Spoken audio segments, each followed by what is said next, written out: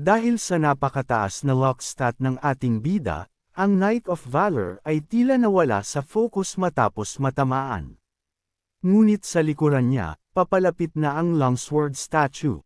Sa isang iglap, pinaikot nito ang espada at pinakawala ng isang nakakamatay na tebang. Mabilis ang pag-atake, at sa pagkakataong ito, hindi ito naiwasan ng ating bida. Sa isang brutal na eksena, ang kanyang katawan ay naputol sa gitna, tila naging parang multo sa isang iglap. Sa nakita niyang eksena, napasigaw si Wu Shengxi sa gulat. Anak ng, si Gojo kasama natin, naisip niya, habang kitang-kita niyang naputol sa dalawa ang ating bida. Sa isip niya, tapos na ang laban, game over na. Ngunit sa ere, ang kalahating katawan ng ating bida ay biglang nawala, naglaho sa hangin. Hindi pala totoong siya iyon, isa lamang itong ilusyon na ginawa ng Blood Knight. Sa isang iglap, lumitaw ang ating bida sa ibaba, walang kahit anong sugat sa katawan. Sa nakita niyang ito, tuluyang hindi makapaniwala si Wu Shengxi. Para bang hindi na niya alam kung anong klase ng mga diskarte ang nagaganap sa harapan niya. Anong kababalaghan ang pinapanood ko ngayon? Samantala, napansin ng ating bida ang isang malaking problema, ang deepest level ni Wu Shengxi ay napakababa. Dahil dito, imposible para sa kanya na labanan ang elite aggro monster sa paligid. Kahit isa siyang tank, hindi niya kayang tanggapin ang ganito kalalakas na pinsala. Pero sa totoo lang, wala rin namang inaasahan ang ating bida mula kay Wu Shengxi. Alam niyang hindi ito makakatulong sa laban. Kaya siya na mismo ang kailangang magkontrol ng sitwasyon. Ngunit ngayon, parehong galit na ang dalawang knights. Alam niyang magiging mas agresibo ang mga ito, kaya't agad niyang inutusan si Wu Shengxi, lumayas ka na rito. Sa sandaling iyon, sumugod ang dalawang knights, mabilis na nagpapakawala ng sunod-sunod na pag-atake patungo sa ating bida. Ngunit sa isang iglap, tumalon siya sa ere, umiwas sa bawat pag-atake gamit ang mabilis na footwork. Mula sa itaas, dumiretso siya sa likod ng isang rebulto, direkta sa kanyang weak point. Sa isang iglap, pinakawalan niya ang isang sunod-sunod at napakabilis na serye ng mga atake. Dahil sa kanyang critical lock stat, bawat suntok ay tumama sa mahihinang bahagi ng rebulto, hanggang sa tuluyan itong bumagsak sa lupa, lubusang napinsala. Sa puntong iyon, ang natitirang Knight of Valor ay nagdesisyong iwanan ang kanyang nasugatang kasamahan at tumutok na lamang sa ating bida. Mabilis itong sumugod, winalis ang kanyang espada sa hangin, pilit na pinuputol ang mga paa ng ating bida. Ngunit sa isang mabilis na galaw, nailigtas ng ating bida ang sarili. Mula sa hangin, napunta siya sa lupa at nagpatuloy sa pag-iwas. Ang Knight of Valor ay mabilis at malakas, ngunit gumamit ito ng sabay na pag-atake gamit ang dalawang espada. Kung makaiwas siya sa isa, tiyak na tatamaan siya ng pangalawa.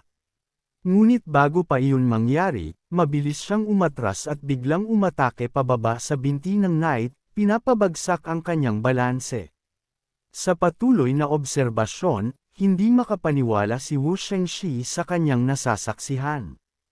Imposible, nilalabanan niya ang dalawa ng sabay, at natatamaan niya ang mga weak points nila. Kahit sa lahat ng battle boards na nakita ko, wala pang nakipaglaban ng ganito kagaling. At sa puntong iyon, naitambo na rin ng ating bida ang Knight of Valor sa lupa. Tinanong ni Wu Shengxi ang ating bida, hindi ba't isang baguhan ka lang? Paano mo nagagawang lumaban ng ganito ka-brutal? At paano ka nagkaroon ng napakaraming advanced techniques, kasanayan, at lakas? Sa tanong na ito, ngumiti ang ating bida at sumagot, dahil sa pagiging no-class fighter, pwede mo akong tawaging baguhan sa papel, pero sa totoo lang, hindi ako talaga isang newbie. Matapos ang napakaraming taon ng paggalugad, pagsasanay, at pakikipaglaban sa mga halimaw, nakamit ko na ang aking kasalukuyang antas. Sa mahabang panahong iyon, naipon ko ang maraming karanasan, at iyon ang nagpapalakas sa akin ngayon.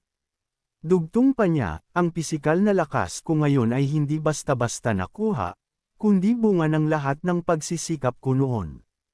Napakamot ng ulo si Wu Shengxi at nagtanong muli, bakit parang ang dami mong paligoy-ligoy?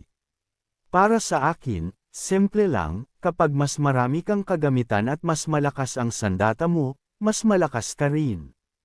Sa sagot na ito, umiling ang ating bida. Mali, ang mga sandata at kagamitan ay palit-palit lang habang nag-level up ka. Ang tunay na sukatan ng lakas ng isang mandirigma ay hindi sa dami ng gamit, kundi sa husay niyang gamitin ang sarili niyang katawan sa laban. Sa sandaling iyon, tumayo muli ang dalawang knight statues. Ngunit ngayon, may mga bagong buff silang na-activate. Knight of Burst mas mabilis ang attack speed nito, at ang bawat sunod-sunod na atake ay mas malakas kaysa dati. Knight of Thorns kapag inatake ito ng pisikal na atake, ibabalik nito ang parehong dami ng pinsala sa umatake. Dahil dito, lalo pang naging mahirap ang laban. Habang pinag-aaralan ang bagong sitwasyon, tumingin ang ating bida kay Wu Shengxi at sinabi, sa ganitong laban, wala akong ibang sandata kundi ang sarili kong katawan. Sa bawat laban na nalalampasan ko, mas lalong lumalakas ang katawan ko.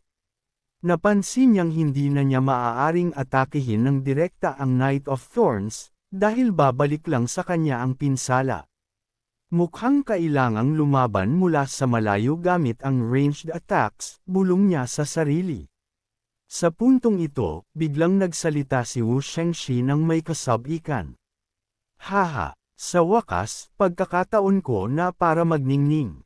Hindi lang ako isang duelist swordsman, kundi isa rin akong magic caster. Dahil si Wu Shengxi ay isang magic caster, siya ang pinakamainam na lumaban gamit ang mga long-range attacks. Kaya naman, naghanda siya ng kanyang mahiwagang pag-atake at ipinakita sa ating bida ang kidlat na nagliliyab sa kanyang kamay. Makakagamit ako ng isang napakalakas na lightning area spell, ipinahayag niya. Mas mabuti pang umatras ka bago mo lang lalong ipahiya ang sarili mo. Pero hindi siya pinansin ng ating bida. Sa halip, mabilis siyang tumakbo papunta sa halimaw, lumundag sa mukha nito, at inilabas ang sunod-sunod na fire explosion magic. Ano ba to? Sinisira niya ang momentum ko sa kahit anong aspeto. Ako dapat ang magaling sa magic, pero inunahan na naman niya ako. Daing ni Wu Shengxi habang pinagmamasdan ng ating bida na nag-iipon ng apoy sa ere. Samantala, napansin ng ating bida ang isang kahinaan ng knight statue, kapag na-activate ang bagong kakayahan nito, bumababa ang elemental resistance nito. Dahil dito, naging mas epektibo ang kanyang magical attacks. Dahil dito, walang tigil niyang pinasabog ng fire explosion ang estatwa. Dahil sa lakas ng epekto ng sunod-sunod na pagsabog, halos hindi na ito makagalaw pabalik. At pagkatapos ng ilang malalakas na pagsabog, nahati sa katawan at nalaglag ang ulo ng estatwa. Bumagsak ito diretso sa paanan ni Wu Shengxi. Ano to? Gumamit siya ng fire magic na hindi man lang nangangailangan ng casting time.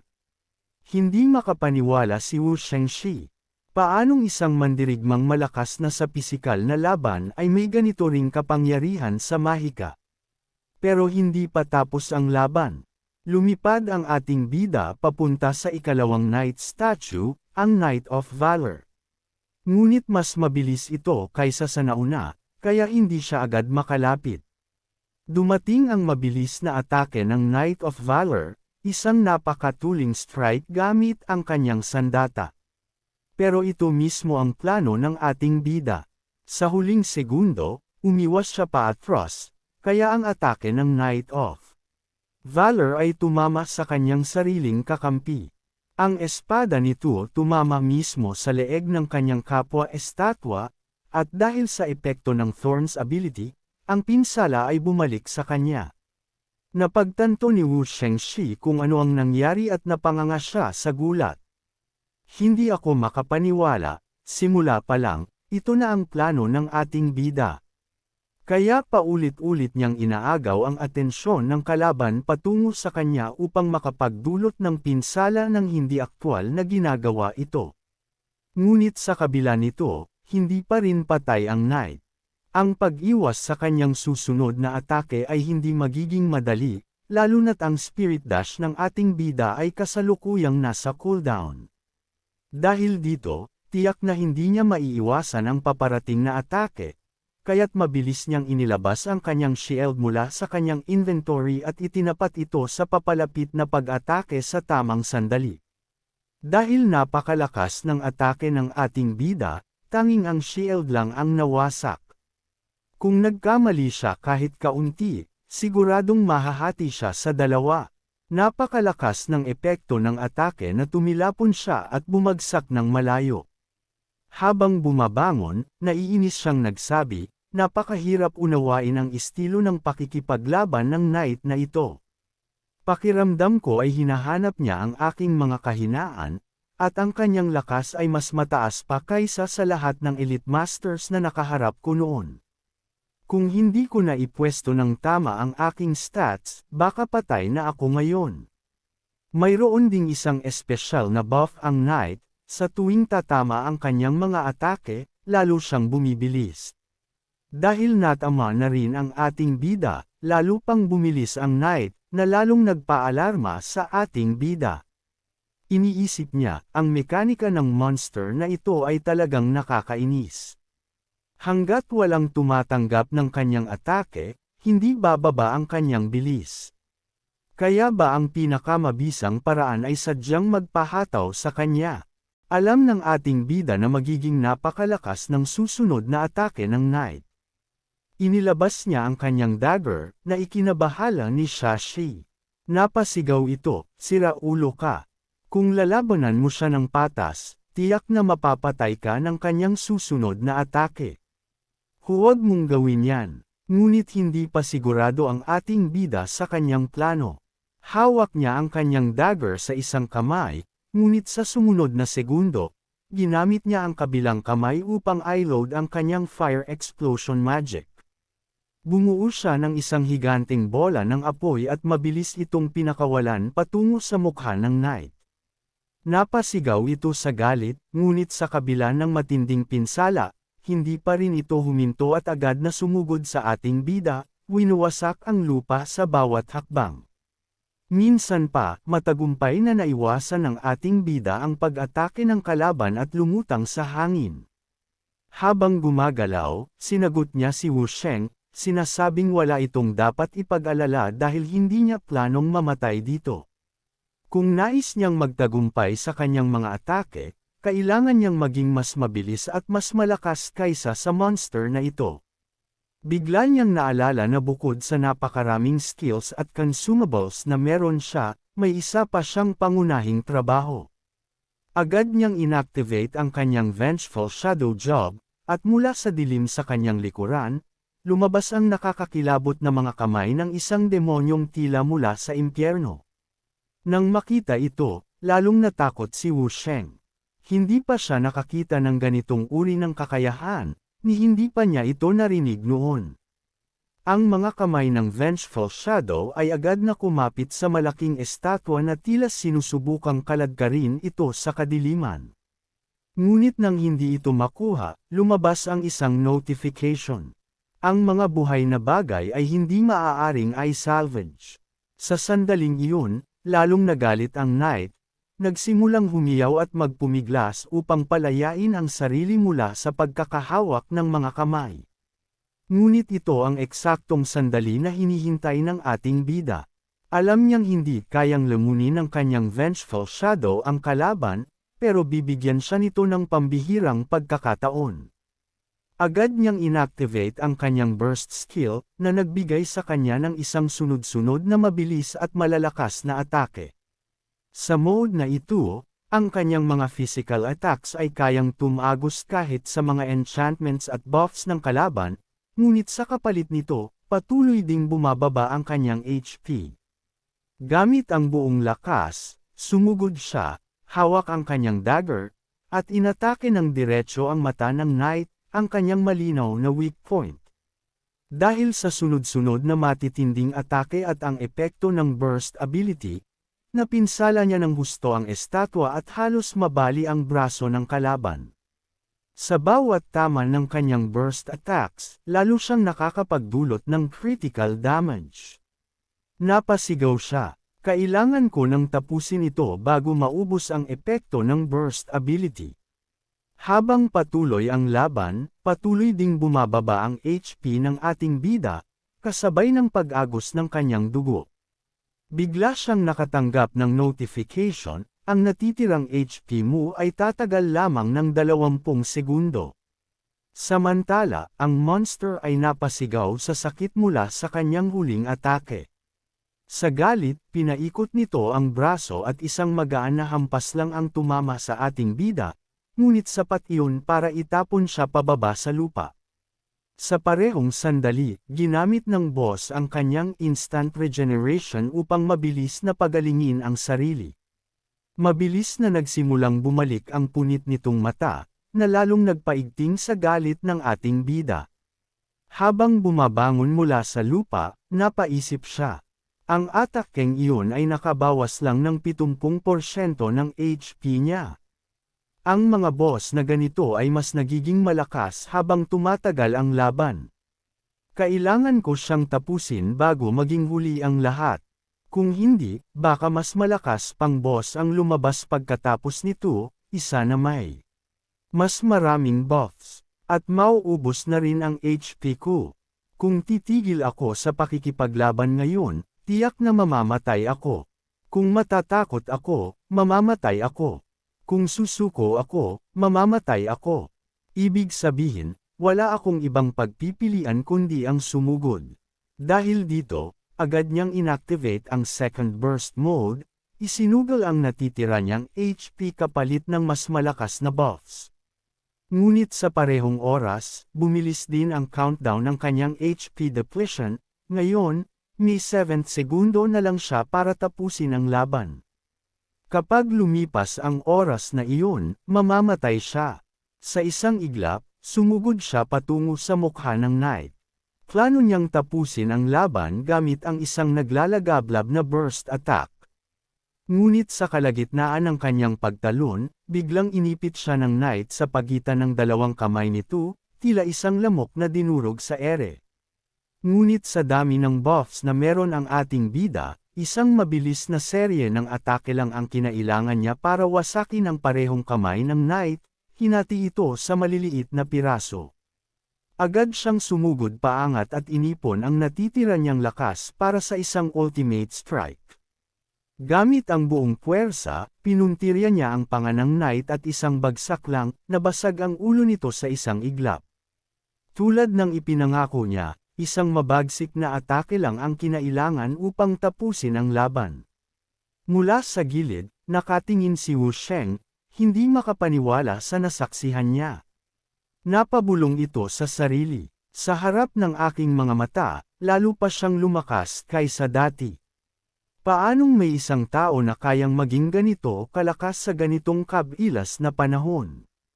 At ako'y isang hanggal na naisip pang kalabanan siya. Ngayon na natalo na ng ating bida ang dalawang gatekeeper knights, agad siyang nakatanggap ng notification. Trial cleared. Ngunit sa kabila ng tagumpay, nasa bingit pa rin siya ng kamatayan. Ang natitira niyang SP ay bumaba na lamang sa 10%, at muntik na siyang malagutan ng hininga. Walang inaksayang oras ang ating bida, mabilis niyang kinuha ang kanyang mga health potions at uminom ng sunod-sunod. Kung nagtataka ka kung bakit hindi niya ito ginamit sa kalagitnaan ng laban, ito ay dahil walang magiging epekto ang potion habang nasa matinding labanan.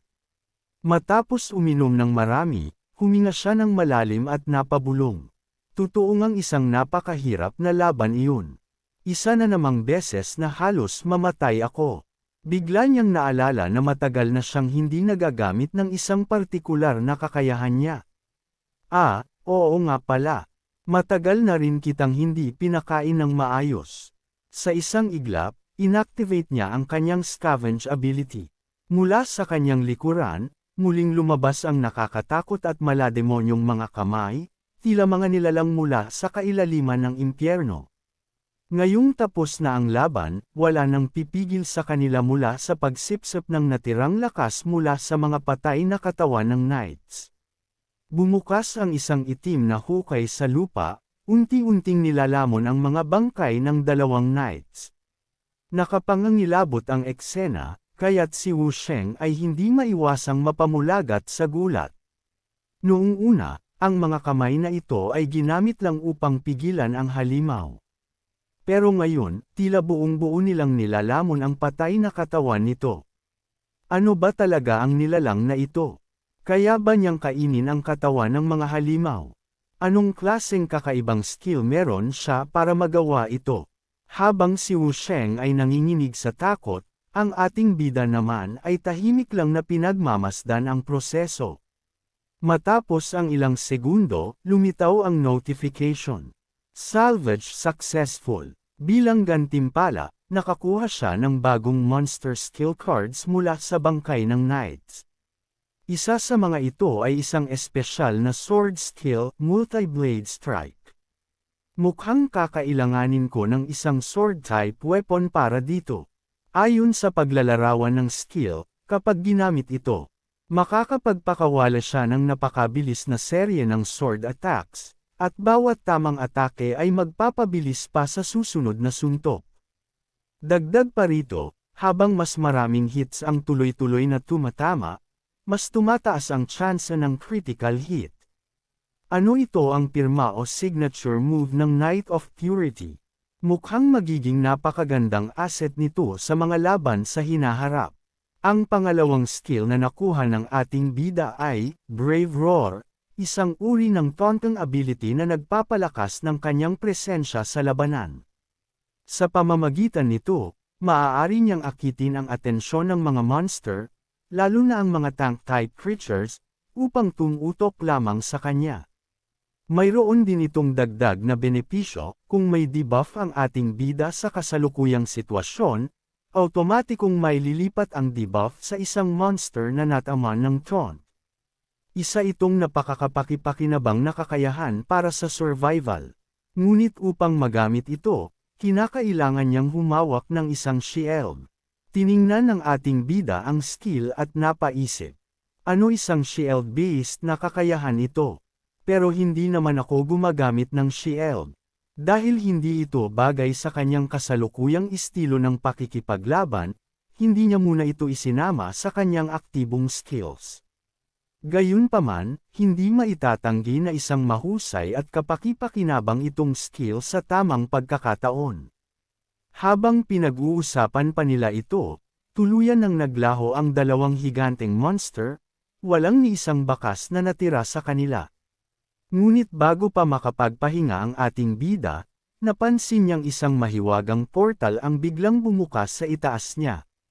Bago pa ito bumagsak sa kanya, mabilis siyang lumundag papalayo, nakaiwas sa hindi inaasahang pagbagsak ng isang misteryosong bagay. Sa harapan niya, isang malaking, kakaibang lalagyan ang lumitaw, tila isang selyadong kahon na puno ng mahiwagang enerhiya. Kasabay nito, isang notification ang lumitaw.